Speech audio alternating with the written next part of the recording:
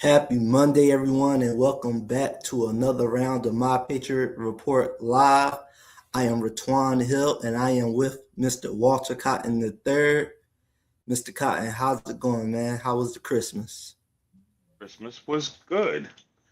Joy was had by all. What about yours? Oh, it was great. It was great, man. It's always a good time watching those kids open up a gift and their eyes popping open so big. Like, that's like the best part of it. That's true. That's true. The same thing with the big kids.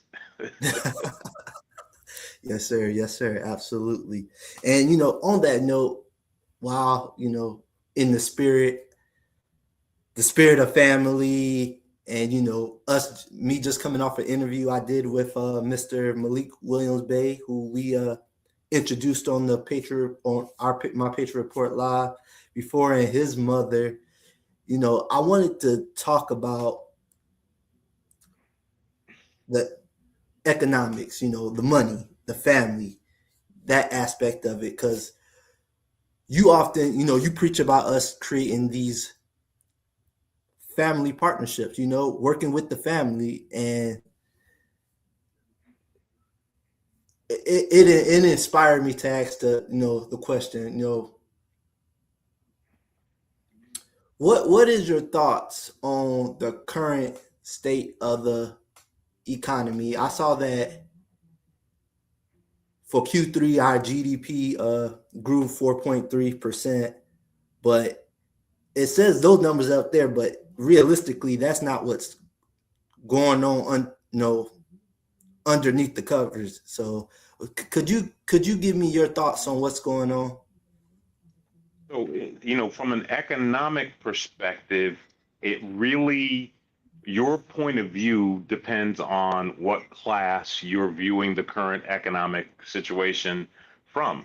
If you're viewing this from the middle to lower thirds of the economic threshold, you're looking at a economic situation that is becoming increasingly more challenging as inflation skyrockets and the cost of everything that you need to consume goes up, your dollar doesn't go as far as it did. So you'd find yourself in a challenged position.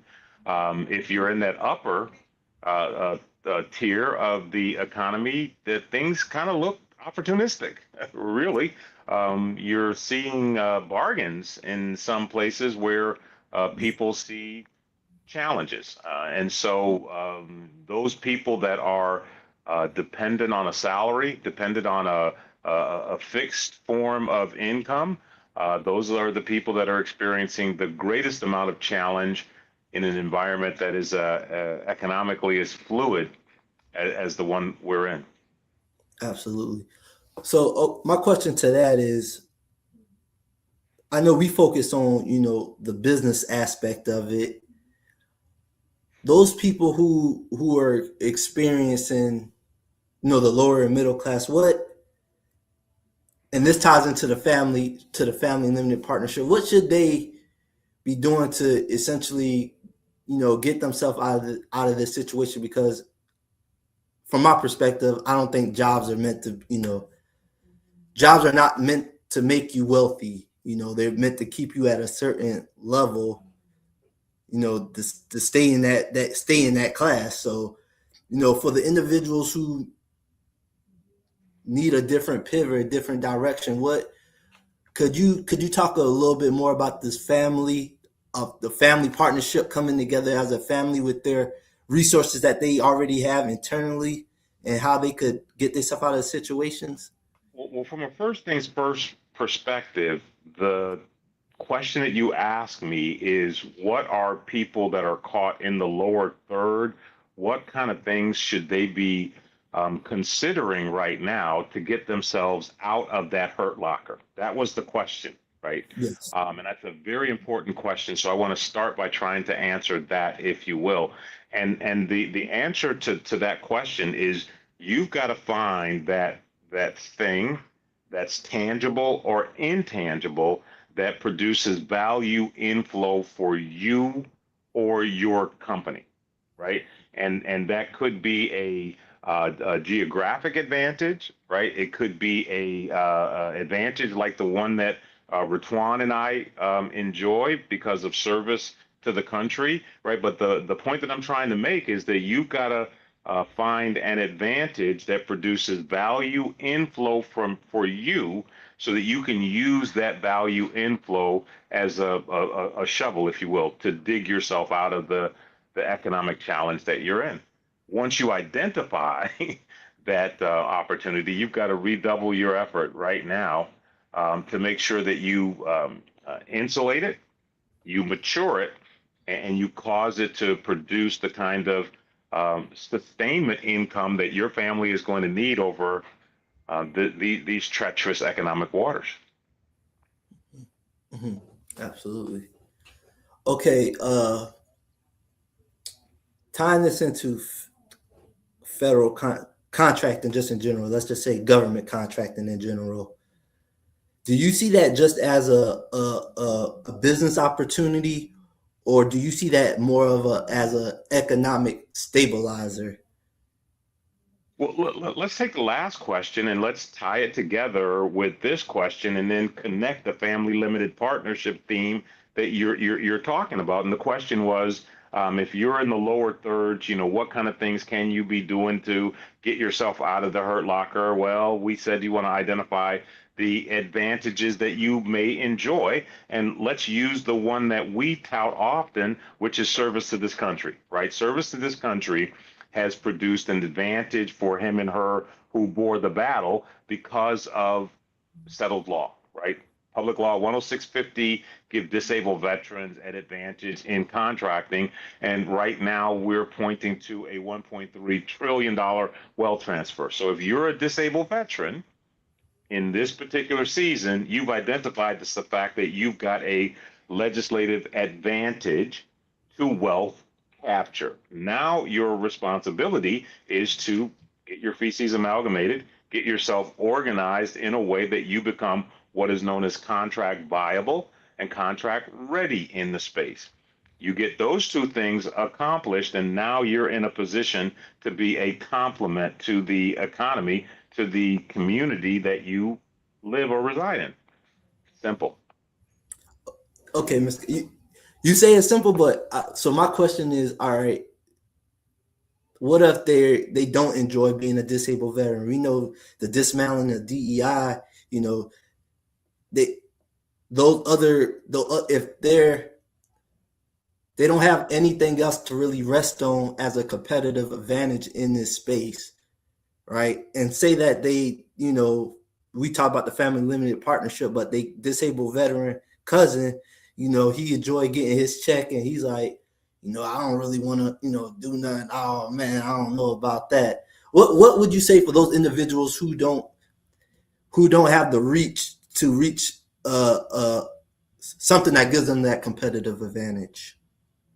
So what you just dovetailed into was the part of the question that I didn't answer, which was, how do we take that advantage you may have in your service to the country and connect that to the family limited partner example to create that bridge over the river DEI? And the answer to the question that you're asking is, if I'm an individual in a community, 99.999999999% of the time, I'm less than 1 degree of separation away from a veteran.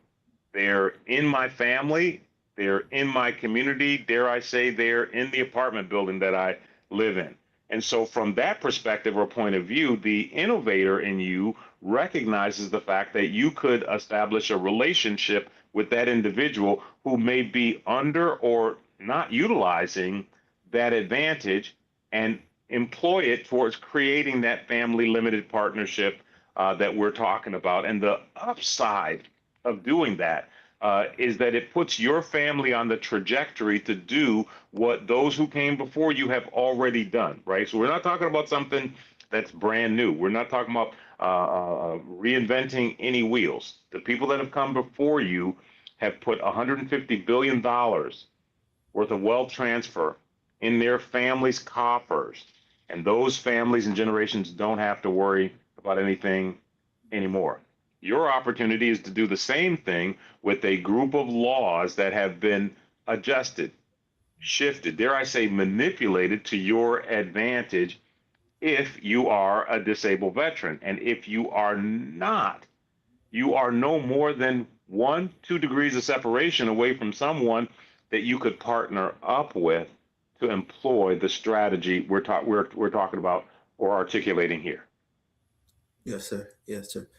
Why do you think a lot of, well, specifically our community, because when I think about it, you look at the Jewish community, you look at the Asian community, you know, Indian, all the other ethnicities, communities, and uh they practice group economics, but for our community, that's something that's rare, I would say. You know, why is that, and how can we meter that out, you know? Because if we're seeing all these communities and you go to New York, they got a little Italy, you know, a little Chinatown. Houston, they have these areas.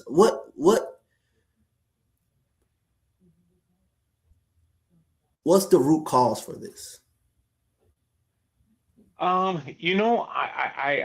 think that let me take a step back and make sure I understand what you're defining as community, because the community that I'm targeting is the military community, right? Mm-hmm. The community that I'm targeting are my fraternity members that are in BDUs and boots or were in BDUs or boots, right? And I want to make sure that we're not running along ethnic or racial lines, because my community has the same kind of challenges that you're talking about that, say, the Black community has, right? We're almost overlooked because we're non-distinct, right? We don't walk around with I'm a veteran saluting on the street, so it's kind of hard to know where we are, and it's equally more difficult to know when we cluster, right? And Yes, so, sir. what we as a community have to do is I think we have to make sure that uh, we're known, and we fortunately have vehicles, and I'm talking about we, the veteran Mhm. community, because that's who I represent and that's who I'm repping for, in almost every community in America, right? Our veteran service organizations, starting with the foundations like the American Legion, right, have posts on every corner, right? We're almost as aggressive as the churches and the liquor stores, right? With our posts, right? And the same thing with the Veterans of Foreign Wars and the Disabled Veterans of America and the new VSO. Well, it's not a new VSO. It's an old VSO that I'm revitalizing, which was the first business focused VSO. The Elite Service Disabled Veteran Business Network is coming back into vogue. And so, those of you that are veterans in your community that don't know how to get out of the mustard, the Elite Service Disabled Veteran Business Network is going to be providing you guidance and a pathway that you can leverage. Yes, sir. Within that veteran community, within that veteran ecosystem, or VSO ecosystems, I seen that American Legion had like over 1 million plus veterans in their group. My question is, it seems like it's pretty much segregated, and I think I might have asked this question like early on, but how does it look with how does it look with you guys working together? I guess is my question. Like, do y'all often work side by side, work together, or does each VSO just have their own mission? I know that American Legion, you helped set up the small business task force for the American Legion. So do you guys work together? There tends to be an annual collaboration of the VSOs, and that annual collaboration happens when there is the joint session of the House and the Senate, and it brings all of the veteran service organizations in for the testimony. You've seen that annual circus, right, where the guys with the boat hats are sitting there saying, yes, Congressman, yes, Senator, thank you for inviting me to testify. That's about the only unified event that I've seen from the VSOs. And that's not often 100% unified because the VSOs have their different platform items that they are lobbying the Congress for. And so, in point of fact, most of the veteran service organizations operate in somewhat silos, and they've done so because they serve niche needs for our community, like the veterans of foreign wars. They're dealing with a unique group, just like the Disabled Veterans of America is dealing with a subset of our community that have a common but unique need for that group. The Black Veteran Empowerment Council, which was set up by Congressman Takano following the George Floyd incident, right? They service the needs of a unique niche, and their constituency has a robust capability, and there's not often time to cross mingle. Um, so no, I don't see a lot of collaboration across VSOs. That's a good point that you're making, because as I step into the new role that I'm going to be taking on, yeah, I see an opportunity to create collaboration where collaboration is sorely needed. Yes, sir. Exactly. Yeah, and that was gonna be my question. Like, why? I mean, I understand they have different niche focuses, but when you look at it from a holistic standpoint, they all kind of interconnected in one way or another. Rather that's a veteran who's dealing with mental conditions, or a veteran who's looking to get approved for his rating, because that could lead to him getting a VNRE, being VRNE, veteran readiness and employment qualified, to where it could give him meaningful employment or become a meaningful employer. So I was just wondering why, it could have been, why isn't there more collaboration in between that? Because I can see where everybody worked together as a community, and that's the veterans practicing group economics within the veteran community. Well, you make a point, and as I said, the place that I've seen collaboration is at the legislative desk. And so when there are, policy issues, when there are programmatic issues, we tend to come together and speak in one deep-throated voice. The veteran community is one of, if not the largest single voting bloc in North America. Where we don't come together is on these economic issues, right? We're not driving a collective effort to move needles economically. We did it from a event-based perspective when the veteran contracting goal was new, and we had to cause agencies and Congress to do the right thing, like we did under Kingdomware with the Veterans Administration with Public Law 109-461. But I would submit that we're at a intersection now where we need a cross-pollination from an economic perspective with our VSOs, and you're actually percolating a need that I'm going to take on in my new role with the Elite Service Disabled Veteran Network. I will create that collaboration because we need it now. We need it specifically in 2026 as we approach the midterm election, because there are some there are some needs that we want to talk to our congressmen about meeting. Yes, sir. Yes, sir. Is some of those needs, could you talk about a little bit? I know that the veteran-owned small business gold preference program could be potentially one of those. I know there's other ways, because SBA has authority, as you mentioned, to approve that. So could you speak on a little bit about some of those needs that we have?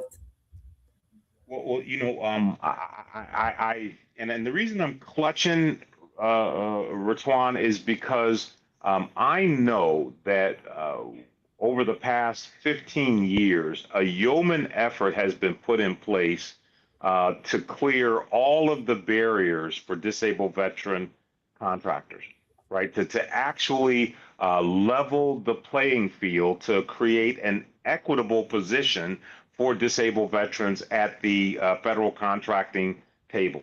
So right now, disabled veterans own an equal footing at a negotiating table that a large system integrator would enjoy, be it Northrop Grumman, Lockheed Martin, the disabled veteran that understands how to get his feces or her feces amalgamated and become a bigger small business actually enjoys an advantage over those larger businesses. And so in this particular season, the critical need is to make sure that our veteran community is educated to that capability. And that's the mission that I'm on, right? I'm on the mission of making sure that the information that they need to empower their ability to implement the strategies that work, they have access to them. Yes, sir. And as you were saying that, what popped up in my mind was that, man, imagine we have all these bigger, small service disabled veteran or veteran owned small businesses, and that VA contract that the community care center, that $1 trillion IDIQ. Man, I could imagine veterans and service disabled veteran owned businesses leading that contract and making some changes because that's the system that serves us. Well, I mean, you have to riddle me that one because we have a law in place that we fought aggressively for. Public Law 109461, which requires, let me say that again, it requires veterans to have the first right of refusal on every contract that the agency lets. That's the agency that carries our surname, the Veterans Administration. So if the Veterans Administration is letting a 10-year, $1 trillion contract, and there are not a group of veterans that are in line to receive that, right?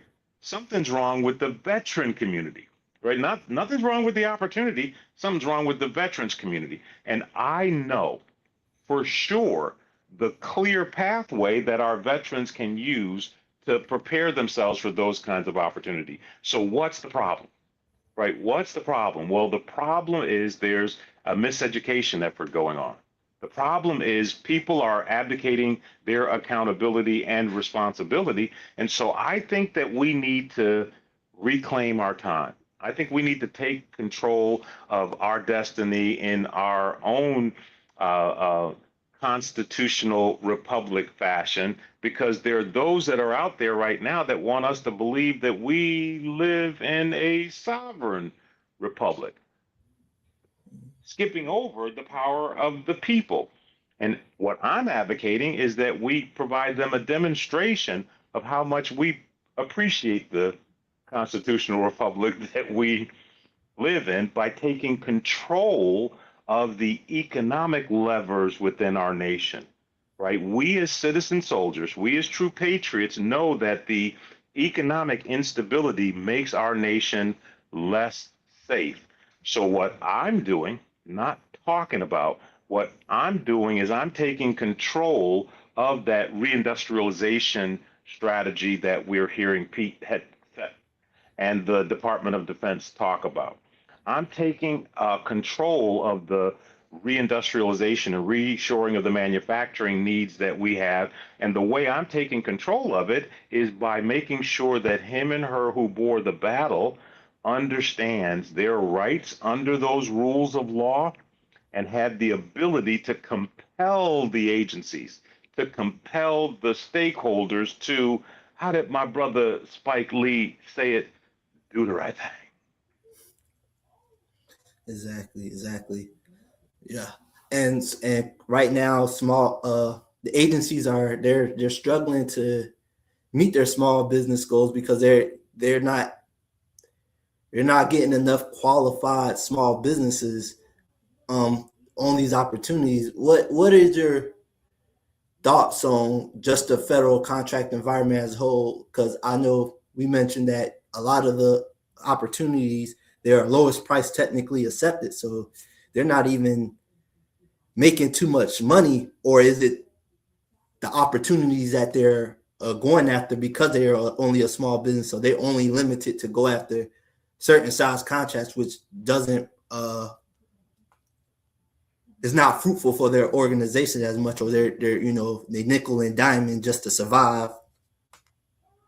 Well, I would question the characterization that the government is not meeting its small business goal, because I actually was a part of that cadre of service members that introduced the disabled veteran joint venturing strategy that caused not just the veteran community, but the small business community at large to increase their performance with the federal government. And so I have it under good authority, and I would check with Chat GPT on this one, that the federal government has been exceeding its small business contracting goal, which is 23%, since about circa 2021. I think it's 2017, but I'm going to err on the side of being cautious. And so from that perspective or point of view, the government is meeting the minimum floor, right? They're meeting the requirements of the Small Business Act, where Congress wrote as its policy to use small businesses to the maximum extent practicable. And they put the 23% goal in there, and we've now exceeded that. The need, I believe now, is to reimagine how small businesses can contribute to the mission of the federal government and raise that floor from 23% to the degree necessary that this new breed of bigger small businesses can participate. Ere I say, it may be time for us to reimagine the Small Business Administration like we did in 1979 when we reauthorized the Small Business Administration, and that reauthorization led to the advent of a number of new programs like we enjoy today, like Public Law 10650, which again came out of the need to reimagine the Small Business Administration in 1979. Absolutely. So, okay, if they reauthorize the SBA, what type of actions would you imagine coming out of that? And I ask that because got the audit of the 8A, then we see them auditing they're going to audit, the Department of Treasury is going to audit all the other social economic statuses. So what kind of programs would you imagine would come out of a reauthorization of the SBA? I would imagine that we would find programs that fit the needs of today's economy more better, right? I'm gonna break the vernacular there, right?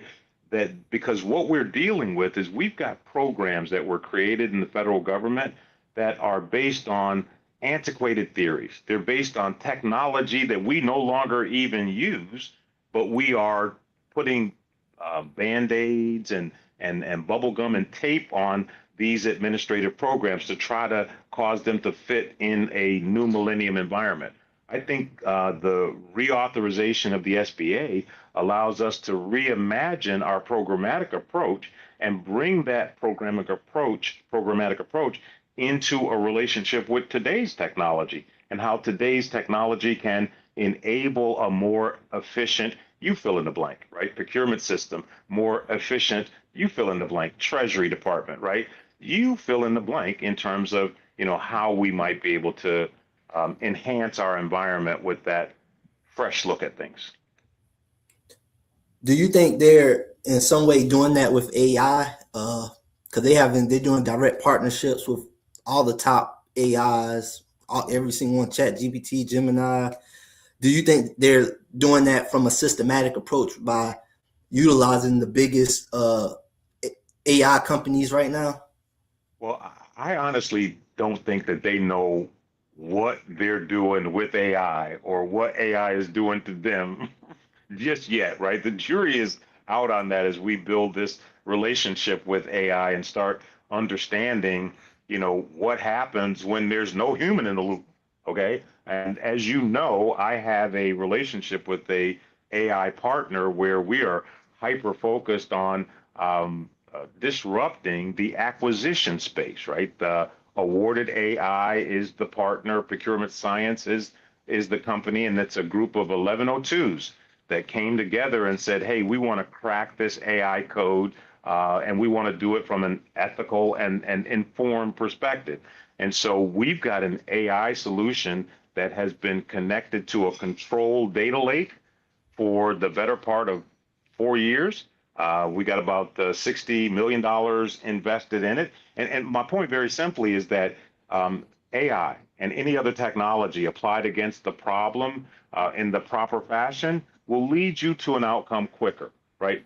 Applied to the problem in the wrong fashion, it'll lead you to a failure faster. And so my position right now is that we need to slow down, take a break, right? Identify that you are here point and apply this technology appropriately, because we saw what happened when the whole Doge movement went underway, right? And there was the indiscriminate application of AI against efficiency programs, and AI was telling the humans to cancel programs that cost people's lives. Like literally, if you turn that program off right there today, tomorrow people are going to be dead, right? And so AI is a facilitator that I think we need to get our arms around, because we can use that to potentially architect a better tomorrow.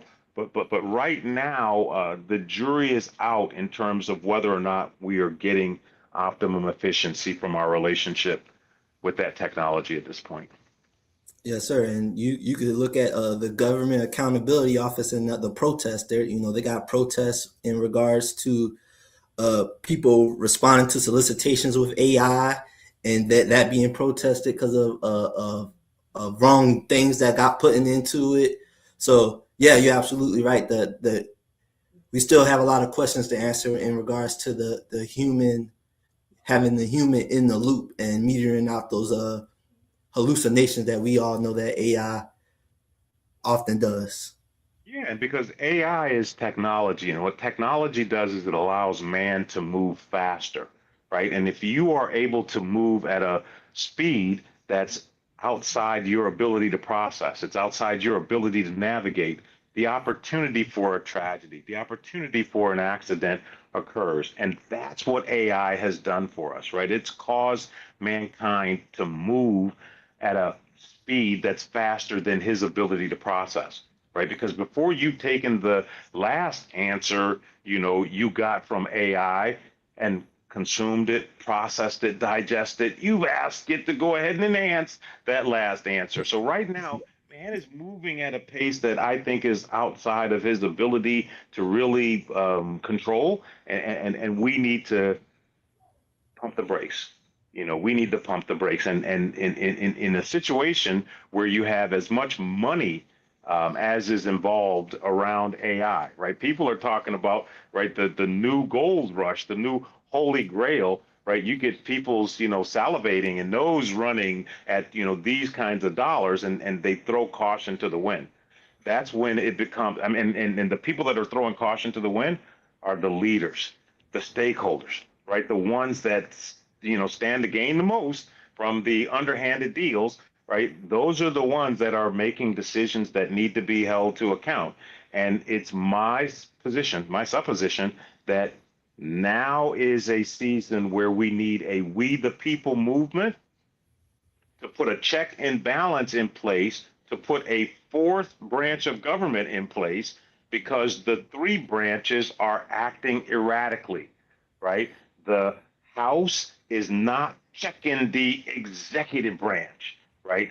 The legislative branch is rubber stamping the executive branch. So what we need now is we need a response from that fourth branch of government, right? That's the branch of government that our forefathers saw as being critical to the idea that we would have another totalitarian rulership come up. And so now we, the people, need to stand up, clear our voices, and make our thoughts known. Yes, sir. Yes, sir. Yes, sir. Much needed. Much needed to stop unnecessary pain from happening. Um, Guys, we're gonna put a bow tie on this, and we'll catch you on Wednesday for the last episode of this year of My Patriot Report Live. I am Ratwan Hill, and that is Mr. Walter Cotton III. Until next time, guys, we are out.